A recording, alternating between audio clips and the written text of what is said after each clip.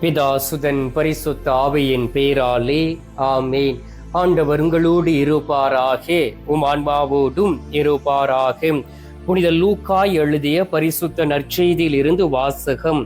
ஆண்டவரே உமக்கு மகிமை. அதிகாரம் 2, இறை வார்த்தைகள் 22 முதல் 24 வரை. மோசேயின் சட்டப்படி தூய்மை சடங்கை நிறைவேற்ற வேண்டிய நாள் வந்தபோது குழந்தையை ஆண்டவருக்கு அர்ப்பணிக்க அவர்கள் எருசலேமுக்கு கொண்டு சென்றார்கள். ஏனெனில் ஆண் தலைப்பேறு அனைத்தும் ஆண்டவருக்கு அர்ப்பணிக்கப்படும் என்று அவருடைய திருச்சட்டத்தில் எழுதியுள்ளது. அச்சட்டத்தின்படி கூறியுள்ளவாறு 2 மாட புறாக்கள் அல்லது 2 புறா குஞ்சிகளை அவர்கள் பலியாக கொடுக்க வேண்டி இருந்தது. ஆண்டவரின் அருள். கிறிஸ்துவின் வாழ்வு தரும் நற்செய்தி. கிறிஸ்துவே உமக்கு புகழ்.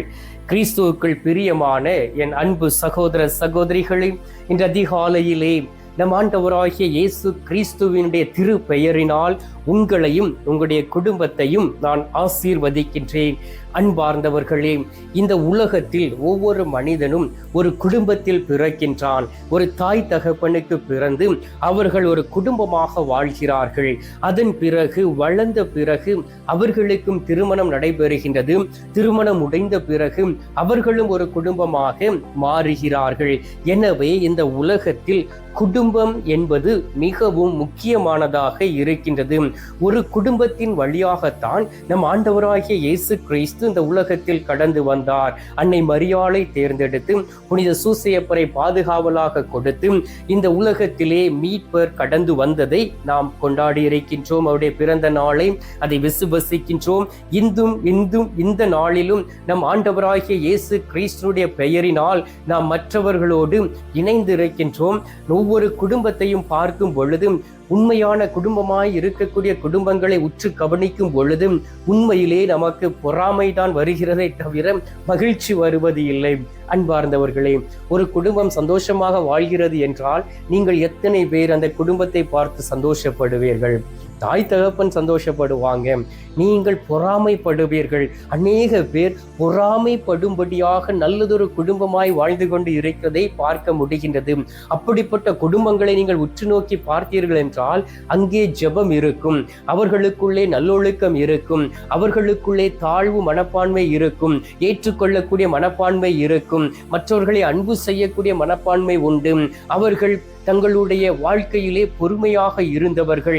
எந்த ஒரு பிரச்சனை வந்தாலும் அதை ஏற்றுக்கொள்ளக்கூடியவர்களாக இருக்கும் பொழுது அந்த குடும்பங்கள் தான் உறுதியான குடும்பமாக இருக்கும். அந்த குடும்பங்கள் தான் கடவுளை மையமாக வைத்திருக்கிறபடியினால், அந்த குடும்பத்தில் கடவுள் தலைவராக இருக்கிறபடியினால் அந்த குடும்பங்கள் ஆசீர்வதிக்கப்பட்டதாகவும் அந்த குடும்பத்திலே எல்லோரும் ஆண்டவரில் மகிழ்ந்து இருப்பதை பார்க்க முடிகின்றது. அன்னை மரியாளையும் புனித சூசை எடுத்துக் கொள்ளுங்கள். மோசேயினுடைய சட்டத்துக்கும் அவர்கள் கீழ்ப்படிந்தார்கள். ஆண்டவருடைய சட்ட திட்டங்களுக்கு கீழ்ப்படிந்ததினால் ஆண்டவராகிய இயேசு கிறிஸ்து சூசையப்பரையும் அன்னை மரியாளையும் தேர்ந்து கொண்டார். அதன் பிறகு ஆண்டவராகிய இயேசு கிறிஸ்துவை கோயிலில் அர்ப்பணிக்க மோசேயின் சட்டத்தின்படி அந்த தூய்மை சடங்கை நிறைவேற்றுவதற்காக ஆண்டவராகிய இயேசு கிறிஸ்துவை அர்ப்பணிக்க எருசலேமுக்கு அவர்கள் கடந்து சென்றார்கள். பாருங்கள் அன்பார்ந்தவர்களே, ஆண்டவராகிய இயேசு கிறிஸ்து இந்த உலகத்தில் நம்மை போல்தான் வாழ்ந்தார். அதற்குள்ள சான்றுகள் தான் இவைகள் அனைத்தும். புனித சூசையப்பரும் அன்னை மரியாளும் இந்த உலகத்திலே கடவுளுடைய சட்டத்திற்கு கீழ்ப்படிந்ததை போல, ஆண்டவருடைய சட்ட திட்டங்களுக்கு கீழ்ப்படிந்ததை போல இந்த உலக சட்ட திட்டங்களுக்கும் கீழ்ப்படிந்து இருந்தார்கள். எனவே தான் அவர்கள் இந்த உலகத்திலே உறுதியாக இருந்தார்கள். கஷ்டப்பட்ட வாழ்க்கை வாழ்ந்தாலும் அவர்களுக்குள் மகிழ்ச்சி இருந்தது. யோசுவாவை உற்று நோக்கி பாருங்கள். இஸ்ரவேல் மக்களை வழிநடத்துகின்றார். மொய்சனுக்கு பிறகு இஸ்ரவேல் மக்களை வழிநடத்தி வந்த மொய்சன் அந்த வாக்களிக்கப்பட்ட அந்த கானான் தேசத்தை பார்த்ததை பிறகு மக்கள் எல்லோருமே அவர்களுடைய விருப்பத்தின்படி வாழ ஆரம்பித்தார்கள். மகிழ்ச்சியும் சந்தோஷமும் ஆரவாரமும் அவர்களுக்குள் கடந்து வந்தது. ஆனால் யோசுவா அவர்களுக்கு முன்பாக நின்று சொன்னார். 24வது அதிகாரம் 15வது இறை வார்த்தையிலே, நானும் என் வீட்டாரும் ஆண்டவர் ஆண்டவருக்கு மட்டுமே பணிவிடை செய்வோம். நீங்கள் புற தெய்வங்களை வழிபட்டு கொண்டு இருக்கிறீர்கள், புற தெய்வங்களுக்கு பின்பாக சென்று கொண்டு இருக்கிறீர்கள், உண்மையான கடவுளை தேடாதபடி இந்த உலகத்தில் வாழ்கிறீர்கள். அப்படிப்பட்ட உங்களுடைய வாழ்க்கையிலே ஆண்டவர் ஆட்சி செய்ய முடியாது, ஆண்டவர் இனி அற்புதங்களை செய்ய முடியாது. நானும் என் வீட்டாரும் கடவுளை மட்டுமே சேவிப்போம், கடவுளை மட்டுமே நாங்கள் உறுதியாக பற்றி கொண்டு அவருக்கு மட்டுமே பணி செய்வோம் என்கின்ற ஒரு உறுதியான முடிவை எடுத்தார். அன்பார்ந்தவர்களே, நீங்களும் இதை போல ஒரு முடிவை எடுக்க முடியுமா? எல்லா பிரச்சனைகளுக்கு நடுவிலும் எனக்கு என் ஆண்டவர் மட்டும் போதும், என் ஆண்டவரை உறுதியாக பற்றி கொள்வேன், என்னுடைய குடும்பம் உறுதியான குடும்பத்திற்கு இருந்த காரணம் என் ஆண்டவராகிய இயேசு கிறிஸ்து தலைவராக இருந்தபடியினால் எனவே அதே போல் இனி நாங்கள் வாழ்வோம் என்று எத்தனை பேர் இந்த நாளிலே சொல்ல முடியும்? பிரியமானவர்களே, ஆய்ந்து அறிந்து பாருங்கள். எந்த குடும்பம் உறுதியான குடும்பமாக இருக்கும், எந்த குடும்பத்தில் குடும்ப ஜெபமாலையும் ஜெபமும் இருக்கின்றதோ அந்த குடும்பம் தான் உறுதியான குடும்பமாக இருக்க முடியும். எந்த குடும்பம் தன்னுடைய தாய், தகப்பன், பிள்ளைகள் எல்லோரும் ஒன்றாக சேர்ந்து திருப்பலியில் பங்கு கொண்டு ஜெபிக்கிறார்களோ அந்த குடும்பம் உறுதியான குடும்பமாக இருக்கும். எந்தெந்த குடும்பங்கள் எல்லாம் ஒன்றாக சேர்ந்து போய் நல்லதொரு பாவ சங்கீர்த்தனம் செய்கிறார்களோ அந்த குடும்பம் கடவுளிலே உறுதியான குடும்பமாக இருக்கும், கடவுளை மையமாக கொண்ட குடும்பமாக இந்த உலகத்திலே இருக்கும் என்பதை அறிந்து கொள்ள முடியும். திரு பாடல்கள் 127 அதிகாரம் 1வது இறை வார்த்தையை வாசித்து பாருங்கள். ஆண்டவரே வீட்டை கட்டவில்லை என்றால் கட்டுவோரின் உழைப்பு வீணாகும், ஆண்டவரே நகரை காக்கவில்லை என்றால் காவலர் விழித்து இருப்பதும் வீணாகும் என்று ஆண்டவருடைய வார்த்தை சொல்லுகின்றது. உங்களுடைய வீடு, உங்களுடைய குடும்பம், உங்களுடைய ஜெப வாழ்க்கை ஆண்டவருடைய வல்லமையினால் கட்டப்பட்டு இருக்கின்றதாம், பரிசுத்த ஆவியானுடைய வல்லமையினால் கட்டப்பட்டு இருக்கின்றதாம். உண்மையிலே நீங்கள் கடவுளுக்கு உகந்த வாழ்க்கை வாழ்ந்து கொண்டு இருக்கிறீர்களாம், கடவுள் உங்களுடைய உள்ளத்திலும் குடும்பத்திலும் செயல்படுகிறாரா என்றும் இந்த வருடத்தின் கடைசி நாட்களிலே நாம் ஆய்ந்து அறிந்து பார்க்க வேண்டும். பிரியமானவர்களே, ஆண்டவர் இந்த வாய்ப்பை ஒரே ஒரு முறை கொடுத்திருக்கின்றார், குடும்ப வாழ்க்கையை ஒரே ஒரு முறை நமக்கு கொடுத்திருக்கின்றார். எப்படிப்பட்ட வாழ்க்கை வாழுகின்றோம்? பரிசுத்த வாழ்க்கை வாழ்கிறோமாம், பரிசுத்தமற்ற வாழ்க்கை வாழ்கிறோமாம், கடவுளுக்கு பிரியமுள்ள வாழ்க்கை வாழ்கிறோமாம், அல்லது கடவுளை இழந்து தவிக்கிறோமா என்று நாம் எண்ணி பார்க்க வேண்டும். இந்த நாளிலும் கூட நீதிமொழிகள் 3வது அதிகாரம் 5-6 இறை வார்த்தையை வாசித்து பாருங்கள். முழு மனதோடு ஆண்டவரை நம்பு, உன் சொந்த அறிவாற்றலை சார்ந்து நில்லாதே, நீ எதை செய்தாலும் ஆண்டவரை மனதில் வைத்து செய் என்று சொல்லப்பட்டு இருக்கின்றது. அப்பொழுது அவர் பாதைகளை செம்மையாக்குவார். அல்லேலூயா. உங்களுடைய பாதைகள் செம்மையாக்கப்படாமல் இருக்கிறது என்றால் இன்னும் நீங்கள் கடவுளுக்கு உங்களுடைய வாழ்க்கையிலே இடம் கொடுக்கவில்லை, உங்களுடைய பிள்ளைகளுக்கு இயேசுவை கொடுக்கவில்லை, இன்னும் நீங்கள் குடும்பமாக அமர்ந்து ஜெபிக்க உங்களால் ஜெபிக்க முடியவில்லை. எனவேதான் குடும்பத்தில் போராட்டம், பிரிவினை, குழப்பம், கூச்சல், அமளி என்று சொல்லக்கூடிய அனைத்து பிரச்சனைகளும் தலைவிரித்து ஆடிக்கொண்டு இருக்கின்றது. அன்பார்ந்தவர்களே, ஆய்ந்து அறிந்து பாருங்கள். ஆண்டவரால் தேர்ந்தெடுக்கப்பட்டவர்கள் நீங்கள். மத்தேயு நற்செய்தி 6வது அதிகாரம் 33வது வார்த்தையில் சொல்லப்பட்டு இருக்கின்றது, முதலில் விண்ணரசை தேடுங்கள், கடவுளுக்கு உகந்ததை தேடுங்கள், அப்பொழுது உங்களுக்கு தேவையானது எல்லாம் கொடுக்கப்படும் என்று சொல்லப்பட்டு இருக்கின்றது. ஆண்டவர் நம்மோடு கூட இருக்கின்றார். ஆண்டவர் நம்முடைய புனித குடும்பமாக மாற்றுவதற்காக நம்மிடம் கடந்து வருகின்றார். யோசித்து பாருங்கள். உண்மையிலே நான் என் ஆண்டவருடைய விருப்பத்தின்படி நடக்கிறேனாம், என் ஆண்டவரை என் கண் முன்பாக வைத்து நடக்கிறேனாம், என் ஆண்டவருடைய திட்டத்தை நிறைவேற்றக்கூடிய மகனாக மகளாக இருக்கிறேனாம், என்னுடைய குடும்பம் என் ஆண்டவரை உறுதியாக பற்றி இருக்கிறதா என்று சொல்லி இந்த நாளிலே ஆய்ந்து அறிந்து பாருங்கள். அப்பொழுதுதான் நீங்கள் இந்த உலகத்திலே வாழ்ந்திருக்க முடியும், நீங்கள் இந்த உலகத்திலே சமாதானத்தோடு இருக்க முடியும், உங்களுடைய குடும்பம் ஆசி பெற்றதாகவும் கடவுளுக்கு பிரியமான குடும்பமாகவும் மாறிவிடும். அன்பார்ந்தவர்களே, இந்த நாளிலே நம் நடுவில் இருக்கக்கூடிய நற்கருணை நாதரிடம் ஜெபிப்போம்.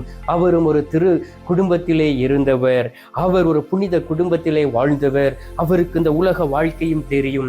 எனவே அவரிடம் நாம் அன்றாடும் பொழுதும் அவர் நம்மோடு கூட அமர்ந்து இருப்பார், நம்மோடு பேசுவார்.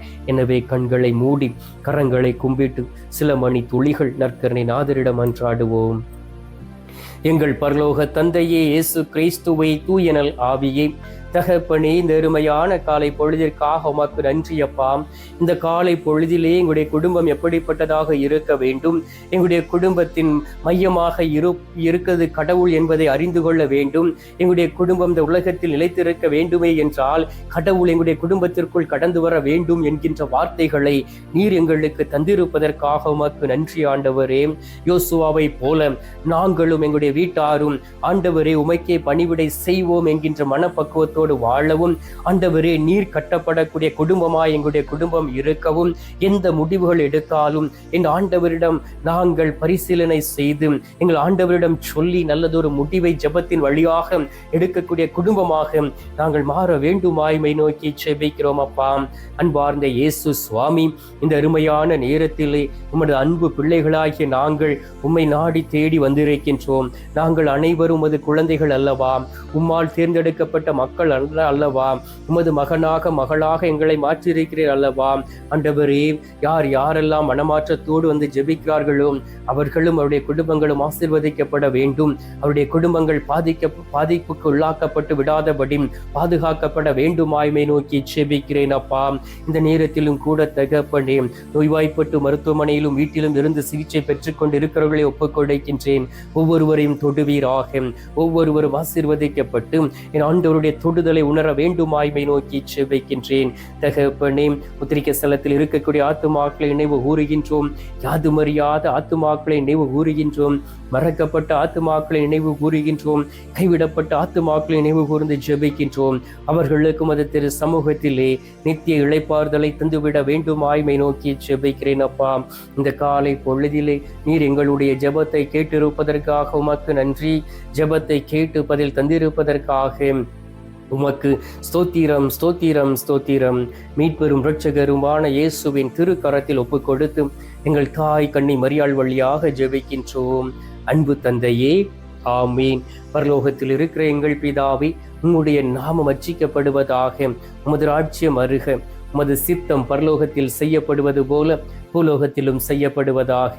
எங்கள் அனுதின உணவை எங்களுக்கு இன்று அளித்தருளும். எங்களுக்கு தீமை செய்கிறவர்களை நாங்கள் பொறுப்பது போல எங்கள் பாவங்களை பொறுத்தருளும். எங்களை சோதனை விளைவிடாதையும் தீமையில் இருந்து எங்களை ரட்சித்தருளும். ஆமீன். அருள் இறைந்த மரியே வாழ்க, கர்த்தருடனே பெண்களுக்குள் ஆசீர்வதிக்கப்பட்டவள் நீரே. உம்முடைய திரு வயிற்றின் கனியாகிய இயேசும் ஆசீர்வதிக்கப்பட்டவரே. அச்சிஷ்ட மரியே, சர்வேசுடைய மாதாவே, பாவிகளா இருக்கிற எங்களுக்காக இப்பொழுதும் எங்கள் மரண நேரத்திலும் வேண்டிக் கொள்ளும். ஆமீன். பிதாவுக்கும் சுதனுக்கும் பரிசுத்த ஆவிக்கும் மகிமை உண்டாவதாக. அதில் இருந்தது போல இப்பொழுதும் எப்பொழுதும் என்றென்றும் இருப்பதாக. ஆமீன். அன்பார்ந்தவர்களே, புனிதமிக்க குடும்பமாக, திரு குடும்பமாக வாழ்வோம்.